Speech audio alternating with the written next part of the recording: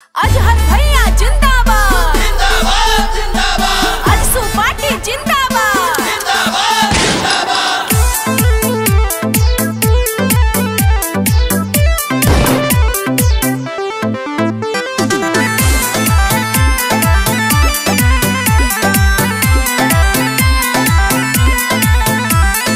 पाकुड़ में नया नया लहर बहो खोजत विकास पूरा शहर बहो।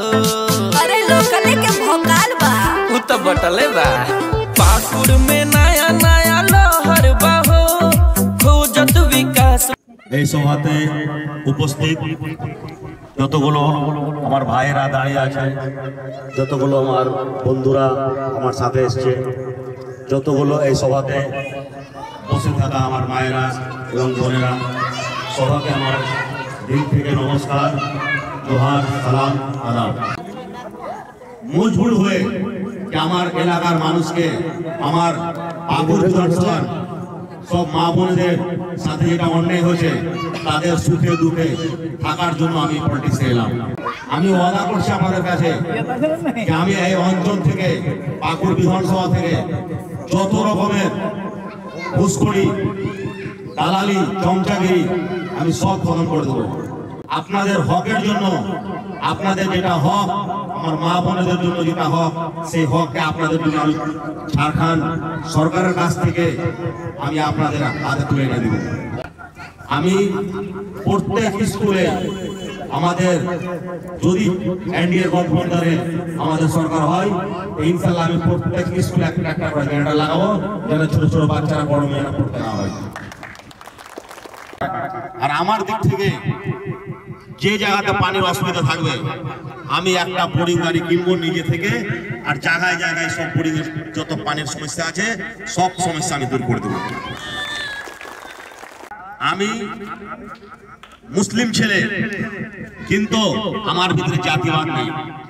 আমার পড়ালেখা বাচপানে আমি বাইরে পড়ালেখা করেছি। প্রথমে পাটনায় পড়েছি 10 বছর, তারপর দিল্লি থেকে 5 বছর।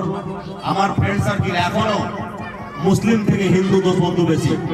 আমার স্কুলে যখন সরস্বতী পূজা হতো, তো সরস্বতী পূজা সারা স্কুলে আমি করতাম। মূর্তি ভাষণ দিয়ে গেলে, মূর্তি বসা পর্যন্ত মূর্তি কিন্তু আমি দিচ্ছি। আমার ভিতরে জাতপাত বলে কোনো জিনিস নাই, কিন্তু আমি মানুষ থেকে বড় ধর্ম কোনো জিনিস মনে করি না। মানুষই সব। আর আমি জায়গায় জায়গায় আমার দিক থেকে আপনারা জায়গা দিবেন আমাকে, আমি জায়গা কিনে 2 কাঠা কিনি, 3 কাঠা কিনি, 3 কাঠা জায়গা কিনে ওখানে আমি 24 আওয়ার সার্ভিস সেন্টার খুলবো। ওখানে করে আমার লোক আপনাদের সমস্যা শোনার লেগা সবসময় বসে থাকবে। 2টা লোক থাকবে, একটা সকাল 6টা থেকে নিয়ে সন্ধ্যা 6টা, ফের সন্ধ্যা 6টা থেকে নিয়ে তারপর দিন সকাল 6টা, মানে 24 ঘন্টা আমার লোক আপনাদের পাশে বসে থাকবে। 4টে 5টে পঞ্চায়েত মিলে আমি এক জায়গাতে মিডিল পয়েন্টে কোনো কোথাও আমি একটা নিজের আমার সার্ভিস সেন্টার খুলবো, আর তাকে আমি প্রতিনিধি বানাবো, তাকে আমার সব পাওয়ার দিয়ে রাখবো। কি রাত্রে 12টা যদি কোনো মা বোনের আমার কোনো অসুবিধা হয়, তো তিনি যেন ওখানে গিয়ে বলতে পারেন নিজের সমস্যা, আর সেই লোক যেন ঘরে কোনোদিন সদর হাসপাতালে কিংবা থানাতে, তো যেন তারা মনে হয় কি এমএলএ ফোন করেছে। কেনে মানুষের সমস্যা, মানুষের কষ্ট সময় দেখে আসে না। রাত 12টা 1টা তো আসতে পারে, সমস্যা থেকে আসতে পারে না, তার লেগে তো কিছু ব্যবস্থা করে রাখতে হবে।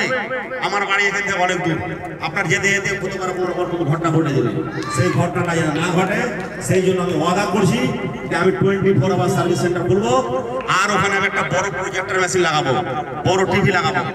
ডেইলি সন্ধ্যাবেলাতে একটা টাইমিং দিয়ে দেবো, booth number service centre number 1, 7টা থেকে 8টা পর্যন্ত বিধায়ক নিজের বাড়ি থেকে ভিডিও কনফারেন্সে কথা বলবে। আমার লোক তো বসে থাকবেই, তারপর আমি আপনাদের সাথে ভিডিও কনফারেন্সে কথা বলবো। কোনো মা বোনের কোনো সমস্যা আছে, ডাইরেক্ট আমার সাথে ডাইরেক্ট কথা বলবে। তারপর আমি সাথে সাথে ফোন লাগিয়ে আপনার সমস্যার সমাধান করবো। যেগুলো পাকুড় বিধানসভাতে না হয়েছে সেইগুলো করবো। বিধায়ক নিধি থেকে বিধায়ক একটা নিধি ফান্ড হয়, ওই ফান্ডের আপনাদের এলাকার জন্য যদি 5 লাখ কি 20 লাখ কি 30 লাখ যত টাকা এসছে, যদি 5 লাখের কোনো কাজ এসছে তো 5 লাখ টাকাই খরচা হবে, 4,99,000 টাকা খরচা করতে দিব না। বিধায়কের বেতন হয় 2.5 লাখ থেকে 3 লাখ টাকা বিধায়কের বেতন থাকা মাসে। আমি ওই বেতনের টাকাও আপনাদের মাধ্যমে দিয়ে দেবো, আমি ওই বেতনের টাকাও সমাজের বিকাশের কাজ তো আমি করবোই, কিন্তু আমার বেতনের টাকাটা যেটা আছে, কোনো মা আছে, এবারে বুড়ি মা আছে, আর কোনো গার্জিয়ান নাই, কেউ নেই, বেটা ছেলে, এনার ট্রিটমেন্ট করতে হবে, শরীর খারাপ হয়ে গেল, তখন আপনি আমার বাড়ি গেলে আমি বলবো না আগে এস্টিমেট পাস করি, সরকারকে লেখা দিই, সাথে 20,000 কি 30,000 যা লাগলো তুরন্ত টাকা দিলাম, ট্রিটমেন্ট করে এলো, ওই টাকাটা আমরা এই চিকিৎসা খরচা করবো। কোনো বোন আছে আমার যার বাবা নাই, মা নাই, ওর বয়স হয়ে গেছে, ওরও তো বিয়ে দিতে হবে, ওই বিধায়কের এমএলএ টাকাটা, বেতনের টাকাটা আমরা এই জিনিসটা খরচা করবো। আর যেগুলা বিকাশের কাজ, রোড, নালা, সড়ক, বিজলি, পানি, এডুকেশন, এগুলা তো আমি করবোই। আমি বিধায়ক ফান্ড থেকে হোক, চাই সরকারি ফান্ড থেকে হোক, যেটা ছাপা হল আসলে তার এস্টিমেট সাথে করে আমি দিয়ে পাঠাবো।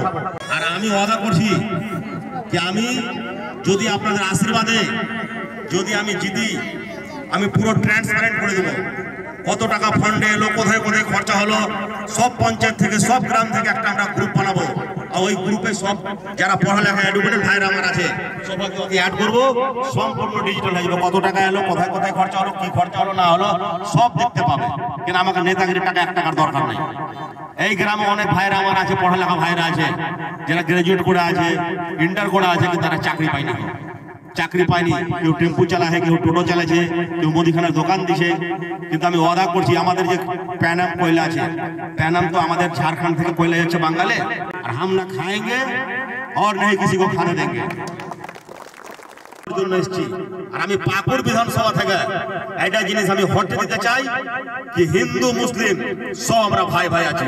হাজার ইসলাম জিন্দাবাদ, জিন্দাবাদ জিন্দাবাদ, আশু পার্টি জিন্দাবাদ, জিন্দাবাদ জিন্দাবাদ, হাজার ইসলাম জিন্দাবাদ, জিন্দাবাদ জিন্দাবাদ।